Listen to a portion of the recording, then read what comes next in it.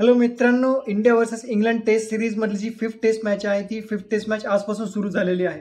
आत्ताच या 5th taste मॅचचा toss झाला आणि नेहमीप्रमाणेच टीम इंडियाने टॉस हरलेली आहे. इंग्लंडने टॉस जिंकून पहिले बॉलिंग घेतलेली आहे, म्हणजे फर्स्ट इनिंग मध्ये इंडियाला पहिले बॅटिंग करावी लागणार आहे. टॉस नंतर फायनली सस्पेन्स संपलेला आहे आणि इंडियाची प्लेइंग 11 सुद्धा आपल्याला कळालेली आहे. इंडियाच्या प्लेइंग 11 मधून 3 जण बाहेर झालेले आहेत. 2 नावं तर आपल्याला माहितीच होते, ऋषभ पंत आणि जसप्रीत बुमराह. पण शार्दुल ठाकूर सुद्धा प्लेइंग 11 मधून बाहेर झालेला आहे. ऋषभ पंतच्या जागी ध्रुव जुरेल माहिती होतं की आपल्याला टीम मध्ये येईलच, त्यामुळे तो प्लेइंग 11 मध्ये आहे. तर जसप्रीत बुमराहच्या जागी प्रसिद्ध कृष्णाला टीम मध्ये घेण्यात आलेला आहे. असं वाटत होतं की आकाशदीप किंवा हर्षदीप सिंग प्लेइंग 11 मध्ये असतील बुमराहच्या जागी, आणि शार्दुल ठाकूरच्या जागी करुण नायर परत टीम मध्ये आलेला आहे.